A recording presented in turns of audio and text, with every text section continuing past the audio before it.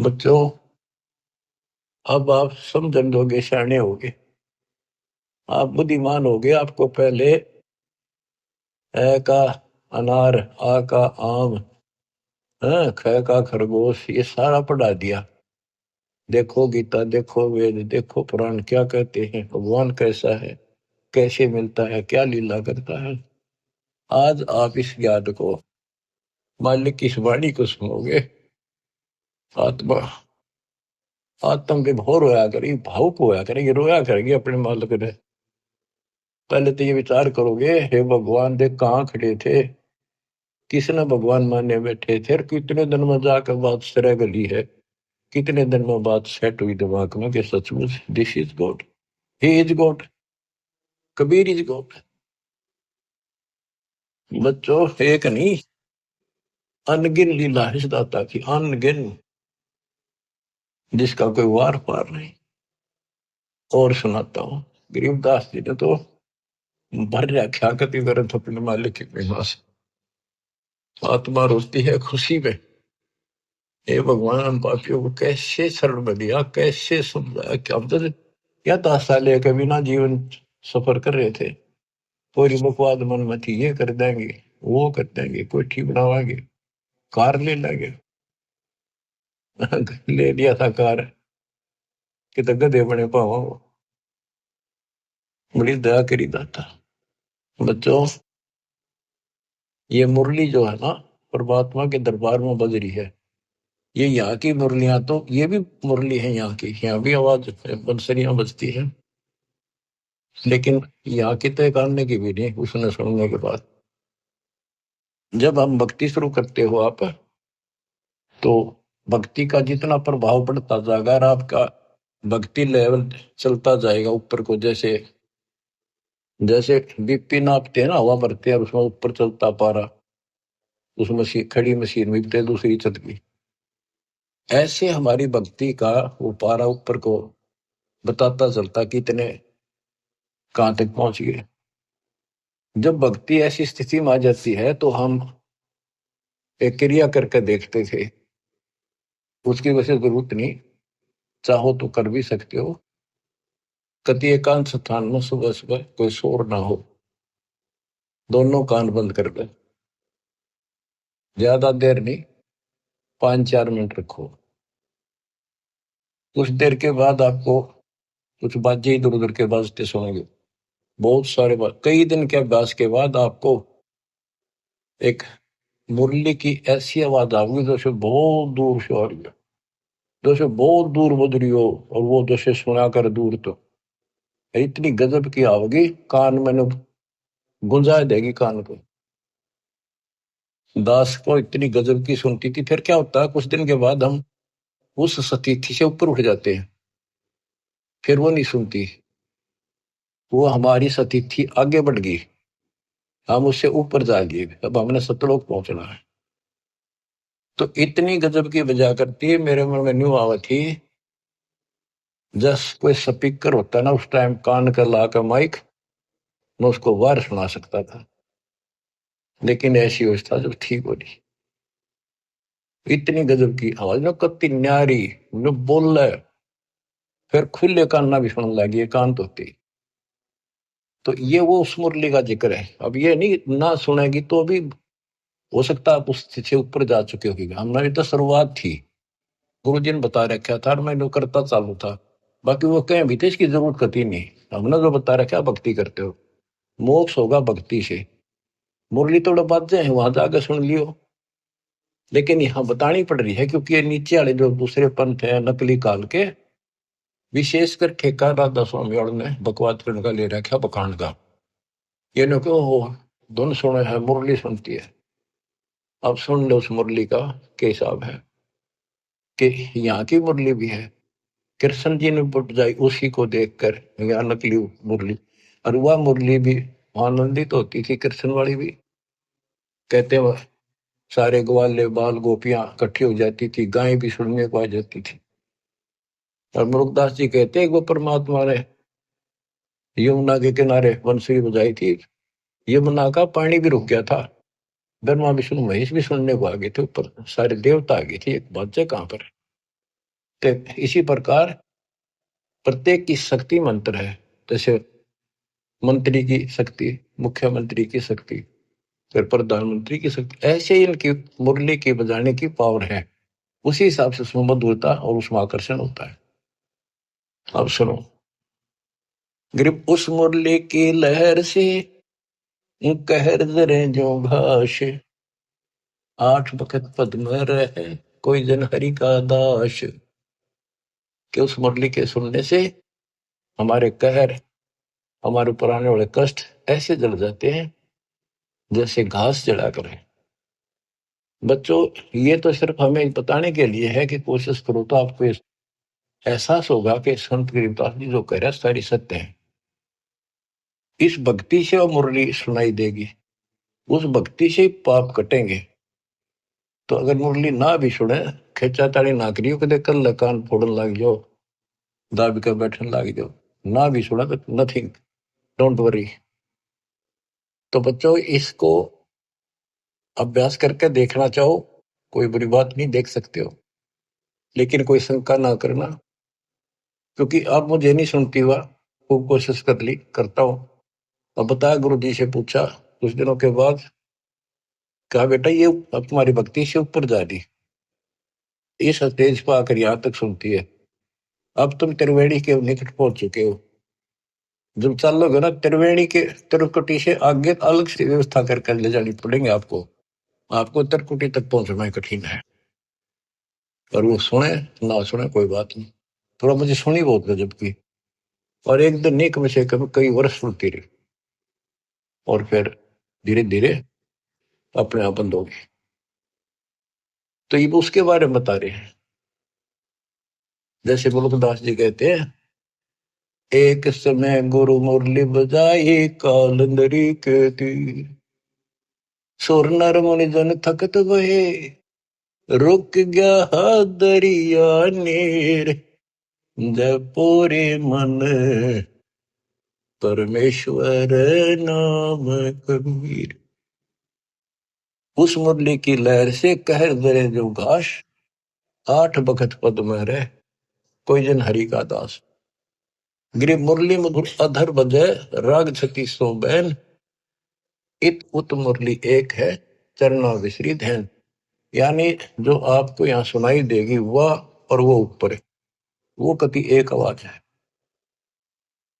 मुरली उरली है नहीं ये बाजत है परलोक, सर्वजीव अचराचरम सुनकर पावे पोख।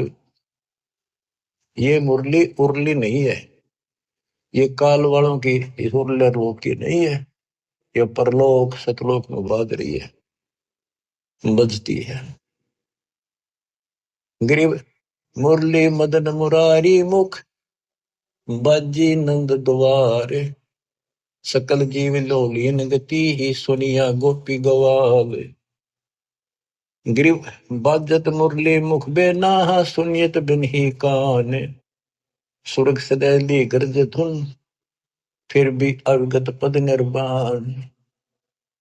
गरीब मुरली बजय कबीर की, परखो मुरली विवेक, ताल ख्याल नहीं भंग होए, बाजे बजे अनेक। कहते तुम इस मुरली को विवेक से परखो। एक तो कबीर जी की मुरली, एक ही कृष्ण जी की मुरली, इसमें बहुत अंतर है। गरीब अनंत कोटि बाजे बाजे, तामद मुरली टेरे, रण सिंगे सदाई यहाँ झालर झंझर फेरी। गिरिब बजे न फेरी सोने में घटमट नहीं आकाश, जो जन भिन्न भिन्न सुनता है दो लीन करे दम श्वास। भक्ति करके फिर सुने ना, कहते फिर सुनाई देती हैं ये बाजें भी, अनंत प्रकार की नारी नारी आवाजें आएंगी। पर इन खिलौने में वो जियो ना, ये तो बताने की है। जैसे शुद्ध महल में सिद्ध 24 साल, हंस बिछोड़े विश्व 20 साल। साहिब जी, इस वीडियो के बनाने का उद्देश्य हमारा किसी को भी नीचा दिखाना वह किसी की भावनाओं को ठेस पहुंचाने का नहीं है। इस वीडियो के बनाने का उद्देश्य हमारा जगत गुरु तत्वदर्शी संत रामपाल जी महाराज जी के अध्यात्म ज्ञान को जन जन तक पहुंचाना है। तो आइए देखते हैं संत रामपाल जी महाराज जी के आध्यात्मिक ज्ञान को उनके द्वारा लिखी गई पुस्तक अंधश्रद्धा भक्ति खतरा ए जान, पेज नंबर 25 से। श्राद्ध पिंड दान करें या न करें, वाणी संख्या 3। जीवित बाप से लठम लट्ठा, मुँवे गंग पहुंचैया। जब आवे ओ सुच का महीना, कौआ बाप बनैया। भावार्थ: परमेश्वर कबीर जी ने लोक वेद यानी दंत कथा के आधार से चल रही पितृ तथा भूत पूजा पर शास्त्रोक्त तर्क दिया है। कहा है कि शास्त्रोक्त अध्यात्म ज्ञान के अभाव से बेटे अपने पिता से किसी न किसी बात पर विरोध करते हैं। पिताजी अपने अनुभव के आधार से बेटे से अपने व्यवसाय में टोका टाकी कर देते हैं। पिताजी को पता होता है कि इस कार्य में पुत्र को हानि होगी, परंतु पुत्र पिता की शिक्षा कम बाहर के व्यक्तियों की शिक्षा को अधिक महत्व देता है। उसे ज्ञान नहीं होता कि पिता जैसा पुत्र का हमदर्द कोई नहीं हो सकता। पुत्र को जवानी और अज्ञानता के नशे के कारण शिष्टाचार का टोटा हो जाता है। Page number 26। पिता को पता होता है कि बेटा इस कार्य में हानि उठाएगा, परंतु पुत्र पिता की बात नहीं मानता है, उल्टा पिता को भला बुरा कहता है। पिता अपने पुत्र के नुकसान को नहीं देख सकता, वह फिर उसको आग्रह करता है कि पुत्र ऐसा ना कर। किस कारण से? यानी किस कारण से जवानी के नशे से हुई सभ्यता की कमी के कारण इतने निर्लज हो जाते हैं। कई पुत्रों को देखा है जो पिता को डंडों से पीट देते हैं, वही होता है जो पिता को अंदेशा है।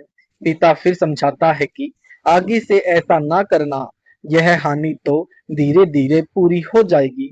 पिता पिता ही होता है, वह पुत्र पुत्री को सुखी देखना चाहता है। आगे चलकर जो पिता भक्ति नहीं कर रहा था, उसे कोई न कोई रोग वृद्ध अवस्था में अवश्य घेर लेता है। संतान बहुत कम है जो पिता को वह प्रेम दे जो माता पिता अपने पुत्र या पुत्र वधु से अपेक्षा किया करते हैं। वर्तमान में वृद्धों की बेअदबी किसी से छिपी नहीं है। माता पिता वृद्धाश्रमों में या अनाथालयों में जीवन के शेष दिन पूरे कर रहे हैं, या घर पर पुत्र या पुत्र वधु के कटु वचन यानी कड़वे बोल पीकर जीवन के दिन गिन रहे हैं। कबीर जी ने कहा है कि वृद्ध हुआ जब पड़े खाट में, सुने वचन खारे। कुत्ते तावन का सुख भी कोन्या, छाती फूकन हारे। शब्दार्थ: वृद्ध अवस्था में शरीर निर्बल हो जाता है, आंखों की रोशनी कम हो जाती है, जिस कारण से वृद्ध माता पिता अधिक समय चारपाई पर व्यतीत करते हैं। एक स्त्री अपनी सासू माँ से यह कहकर कुएं या नल से पानी लेने चली गई कि आप ध्यान रखना, कहीं कुत्ता घर में घुसकर नुकसान न कर दे। वृद्धा को दिखाई कम देता था, कुत्ता अंदर घर में घुस गया, 1 लोटा 2 किलो दूध पीकर भाग गया, उसको पी गया और गिरा गया। वृद्धा को दिखाई नहीं दिया। पुत्र वधु आई और कुत्ते द्वारा किए नुकसान से क्रोधित होकर बोली कि तुम्हारा सास ससुर का तो इतना भी सुख नहीं रहा कि कुत्तों से घर की रक्षा कर सको। तुमने मेरी छाती जला दी। यानी व्यर्थ का अनाज का खर्च पुत्र वधु को लग रहा था, जिस कारण कटी जली बातें कही थी। सास ससुर को अपने ऊपर व्यर्थ का भार मान रही थी। कबीर जी ने बताया है कि यह दशा उन व्यक्तियों की होती है जो परमात्मा को कभी याद नहीं करते, जो गुरु धारण करके सत्य भक्ति नहीं करते। अब वाणी संख्या 3 का शब्दार्थ पूरा करता हूँ। अंधश्रद्धा भक्ति वाले जब तक माता पिता जीवित रहते हैं, तब तक तो उनको प्यार व सम्मान के साथ कपड़ा रोटी भी नहीं देते, झिकते रहते हैं। यानी सब नहीं, मृत्यु के उपरांत श्रद्धा दिखाते हैं। उसके शरीर को चिता पर जला दिया जाता है, कुछ हड्डियां बिना जली छोटी छोटी रह जाती है। शास्त्र नेत्रहीन गुरुओं से भ्रमित पुत्र उन अस्थियों को उठाकर हरिद्वार में हर की पौड़ियों पर अपने कुल के पुरोहित के पास ले जाता है। उस पुरोहित द्वारा शास्त्र विरुद्ध साधना के आधार से मनमाना आचरण करके उन अस्थियों को पवित्र गंगा दरिया में प्रवाह किया जाता है। जो धनराशि पुरोहित मांगे खुशी खुशी दे देता है। कारण यह होता है कि कहीं पिता या माता मृत्यु के उपरांत प्रेत बनकर घर में न आ जाएं। Page number 27। इसलिए उनकी गति करवाने के लिए कुल गुरु पंडित जी को मुंह मांगी धनराशि देते हैं कि पक्का काम कर देना। फिर पुरोहित के कहे अनुसार अपने घर की चौखट में लोहे की मेख यानी मोटी कील गाड़ दी जाती है कि कहीं पिताजी माताजी की गति होने में कुछ त्रुटि रह जाए और वे प्रेत बनकर हमारे घर में न घुस जाएं। कबीर परमेश्वर जी ने बताया है कि जीवित पिता को तो समय पर टूक यानी रोटी भी नहीं दिया जाता, उसका अपमान करता है, यानी सभी नहीं अधिकतर। मृत्यु के पश्चात उसको पवित्र दरिया में बहाकर आता है। कितना खर्च करता है। अपने माता पिता की जीवित रहते प्यार से सेवा करो, उनकी आत्मा को प्रसन्न करो। उनकी वास्तविक श्रद्धा सेवा तो यह है। कबीर जी जो स्पष्ट करना चाहते हैं कि आध्यात्मिक ज्ञान न होने के कारण अंधश्रद्धा भक्ति के आधार से सर्व हिंदू समाज अपना अनमोल जीवन नष्ट कर रहा है। जैसे मृत्यु के उपरांत अपने पिताजी की अस्थियां गंगा दरिया में पुरोहित द्वारा क्रिया क्रिया कर पिताजी की गति करवाई। फिर 13वीं या 17वीं यानी मृत्यु के 13 दिन पश्चात की जाने वाली क्रिया को 13वीं कहा जाता है। 17 दिन बाद की जाने वाली लोकवेद धार्मिक क्रिया 17वीं कहलाती है। महीने बाद की जाने वाली महीना क्रिया तथा 6 महीने बाद की जाने वाली 6 माई तथा वर्ष बाद जाने वाली वर्षी क्रिया यानी वर्षोद्धि कही जाती है। लोकवेद यानी दंत कथा बताने वाले गुरुजन उपरोक्त सब क्रियाएं करने को कहते हैं। ये सभी क्रियाएं मृतक की गति के उद्देश्य से करवाई जाती है। सूक्ष्म वेद में इस शास्त्र विरुद्ध धार्मिक क्रियाओं यानी साधनाओं पर तर्क इस प्रकार किया है कि घर के सदस्य की मृत्यु के पश्चात ज्ञानहीन गुरुजी क्या क्या करते कराते हैं।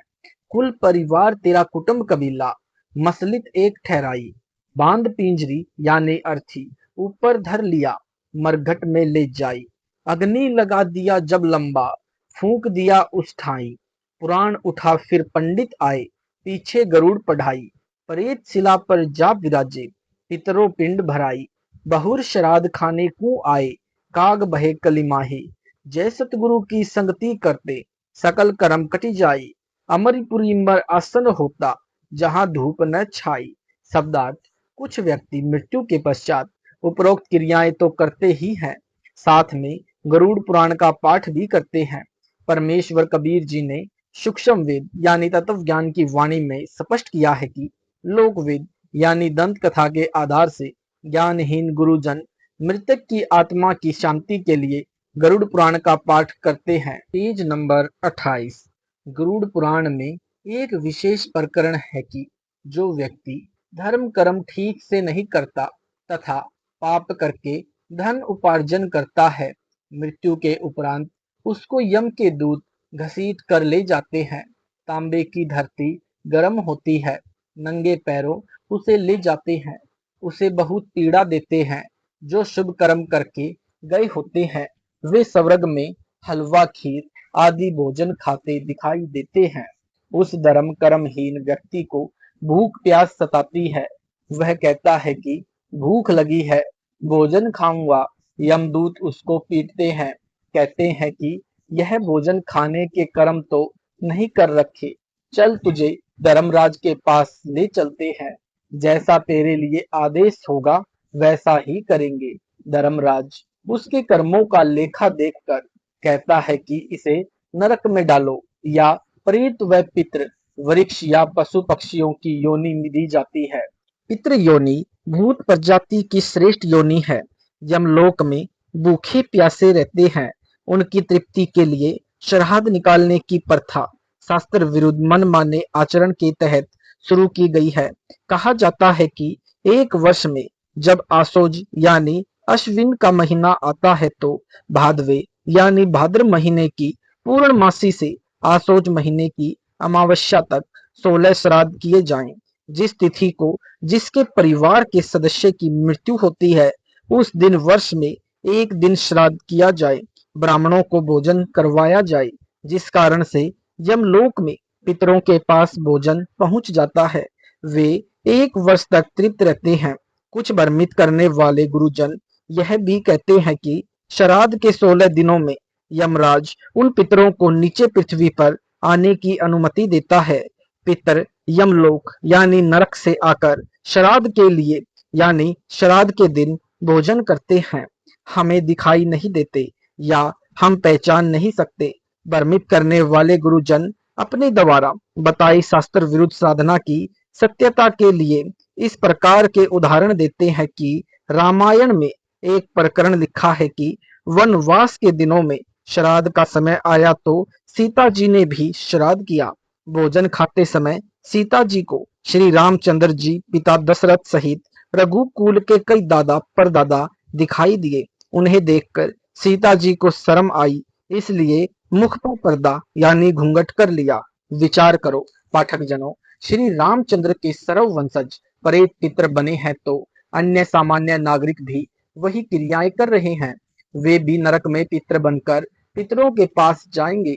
इस कारण यह शास्त्र विधि विरुद्ध साधना है जो पूरा हिंदू समाज कर रहा है। श्रीमद् भगवत गीता के अध्याय 9 का श्लोक 25 भी यही कहता है कि जो पितृ पूजा यानी श्राद्ध आदि करते हैं वे मोक्ष प्राप्त नहीं कर पाते। वे यमलोक में पितरों को प्राप्त होते हैं। जो भूत पूजा यानी अस्थियां उठाकर पुरोहित द्वारा पूजा कराकर गंगा में बहाना 13वीं 17वीं महीना 6 माही वर्षी आदि आदि करते हैं वे प्रेत बनकर गया स्थान पर प्रेत शिला पर बैठे होते हैं। कुछ व्यक्तियों को धर्मराज भी कर्मानुसार पशु पक्षी वृक्ष आदि आदि के शरीरों में भेज देता है। Page number 29। परमात्मा कबीर जी समझाना चाहते हैं कि हे भोले प्राणी, गरुड़ पुराण का पाठ उसे मृत्यु से पहले सुनाना चाहिए था ताकि वह परमात्मा के विधान को समझकर पाप कर्मों से बचता, पूर्ण गुरु से दीक्षा लेकर अपना मोक्ष करता, जिस कारण से वह न प्रेत बनता, न पितृ बनता, न पशु पक्षी आदि आदि के शरीरों में कष्ट उठाता। मृत्यु के पश्चात गरुड़ पुराण के पाठ का कोई लाभ नहीं मिलता। सूक्ष्म वेद में तथा चारों वेदों यानी ऋग्वेद, यजुर्वेद, साम वेद तथा अथर्ववेद तथा इन चारों वेदों के सारांश गीता में स्पष्ट किया है कि उपरोक्त आन उपासना नहीं करनी चाहिए, क्योंकि ये शास्त्रों में वर्णित न होने से मनमाना आचरण है, जो गीता अध्याय 16 श्लोक 23-24 में व्यर्थ बताया है। शास्त्रोक्त साधना करने का आदेश दिया है। सर्व हिंदू समाज उपरोक्त आन उपासना करते हैं, जिससे भक्ति की सफलता नहीं होती, जिस कारण से नरकगामी होते हैं तथा प्रेत पितर पशु पक्षी आदि के शरीरों में महाकष्ट उठाते हैं। दास यानी लेखक का उद्देश्य किसी की साधना की आलोचना करना नहीं है, अपितु आप जी को सत्य साधना का ज्ञान करवाकर इन कष्टों से बचाना है। प्रसंग चल रहा है कि जो शास्त्र विरुद्ध साधना करते हैं उनके साथ मां धोखा हो रहा है। बताया है कि नंबर 1, मृतक की गति यानी मोक्ष के लिए पहले तो अस्थियां उठाकर गुरु जी की द्वारा पूजा करवाकर गंगा दरिया में प्रवाहित की और बताया गया कि इसकी गति हो गई। नंबर 2, उसके पश्चात 13वीं 17वीं महीना 6 माही वर्षी आदि आदि क्रियाएं उसकी गति करवाने के लिए कराई। नंबर 3, पिंडदान किया गति करवाने के लिए। नंबर 4, श्राद्ध करने लगे उसे यमलोक में तृप्त करवाने के लिए। श्राद्धों में गुरुजी भोजन बनाकर सर्वप्रथम कुछ भोजन छत पर रखता है। कौवा उस भोजन को खाता है। पुरोहित जी कहता है कि देख, तेरा पिता कौवा बनकर भोजन खा रहा है। कोए के भोग लगाने से श्राद्ध की सफलता बताते हैं। परमेश्वर कबीर जी ने यही भ्रम तोड़ा है। कहा है कि आपके तत्व ज्ञान नेत्रहीन यानी अंधे धर्म गुरुओं ने अपने धर्म के शास्त्रों को ठीक से नहीं समझ रखा। आप जी को लोकवेद यानी दंत कथा के आधार से मनमानी साधना कराकर आप जी का जीवन नष्ट कर रहे हैं।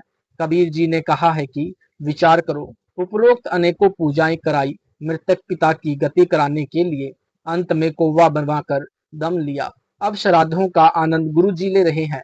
वे गुरु जी भी नरक तथा पशु पक्षियों की योनियों को प्राप्त होंगे। यह दास यानी रामपाल दास परमात्मा कबीर जी द्वारा बताए तत्व ज्ञान द्वारा समझाकर सत्य साधना शास्त्र विधि अनुसार बताकर आप तथा आपके अज्ञानी धर्म गुरुओं का कल्याण करवाने के लिए यह परमार्थ कर रहा है। Page number 23। मेरे अनुयायी इसी दलदल में फंसे थे। इसी तत्व ज्ञान को समझकर शास्त्रों में वर्णित सत्य साधना को अपनी आंखों देखकर अकर्तव्य साधना त्याग कर कर्तव्य शास्त्रोक्त साधना करके अपना तथा परिवार के जीवन को धन्य बना रहे हैं। ये दान देते हैं, फिर इन पुस्तकों को छपवाकर आप तक पहुंचाने के लिए पुस्तक बांटने की सेवा निस्वार्थ निःशुल्क करते हैं। ये आपके हितैषी है, परंतु आप पुस्तक को ठीक से न पढ़कर इनका विरोध करते हैं, प्रचार में बाधा डालकर महापाप के भागी बनते हैं। आप पुस्तक को पढ़ें तथा शांत मन से विचार करें तथा पुस्तकों में दिए शास्त्रों के अध्याय तथा श्लोकों का मेल करें, फिर गलत मिले तो हमें सूचित करें, आपकी शंका का समाधान किया जाएगा। श्राद्ध आदि आदि शास्त्र विरुद्ध क्रियाएं झूठे गुरुओं के कहने से करके अपना जीवन नष्ट करते हैं। यदि सतगुरु यानी तत्वदर्शी संत का सत्संग सुनते, उसकी संगति करते तो सर्व पाप कर्म नष्ट हो जाते। सत्य साधना करके अमर लोक यानी गीता अध्याय 18 श्लोक 62 में कहे, यानी शाश्वतम स्थानम सनातन परम धाम में आप जी का आसन यानी स्थायी ठिकाना होता। जहाँ कोई कष्ट नहीं, वहां पर परम शांति है, क्योंकि वहां पर कभी जन्म मृत्यु नहीं होता। गीता अध्याय 15 श्लोक 4 में भी इस सनातन परम धाम को प्राप्त करने को कहा है। उसके लिए गीता अध्याय 4 श्लोक 34 में तत्वदर्शी संतों से शास्त्रोक्त ज्ञान व साधना प्राप्त करने को कहा है। वह तत्वदर्शी संत वर्तमान यानी 21वीं सदी में यह दास यानी रामपाल दास है। आओ और अपना कल्याण करवाओ। भूत पूजा तथा पितृ पूजा क्या है, यह आप जी ने ऊपर यानी पहले पढ़ा। इन पूजाओं के निषेध का प्रमाण पवित्र गीता शास्त्र के अध्याय 9 श्लोक 25 में लिखा है, जो आप जी को पहले वर्णन कर दिया है कि भूत पूजा करने वाले भूत बनकर पूजा भूतों के समूह में मृत्यु उपरांत चले जाएंगे। पितृ पूजा करने वाले पितृलोक में पितृ योनि प्राप्त करके पितरों के पास चले जाएंगे। मोक्ष प्राप्त प्राणी सदा के लिए जन्म मरण से मुक्त हो जाता है। प्रेत यानी भूत पूजा तथा पितृ पूजा उस परमेश्वर की पूजा नहीं है, इसलिए गीता शास्त्र अनुसार व्यर्थ है।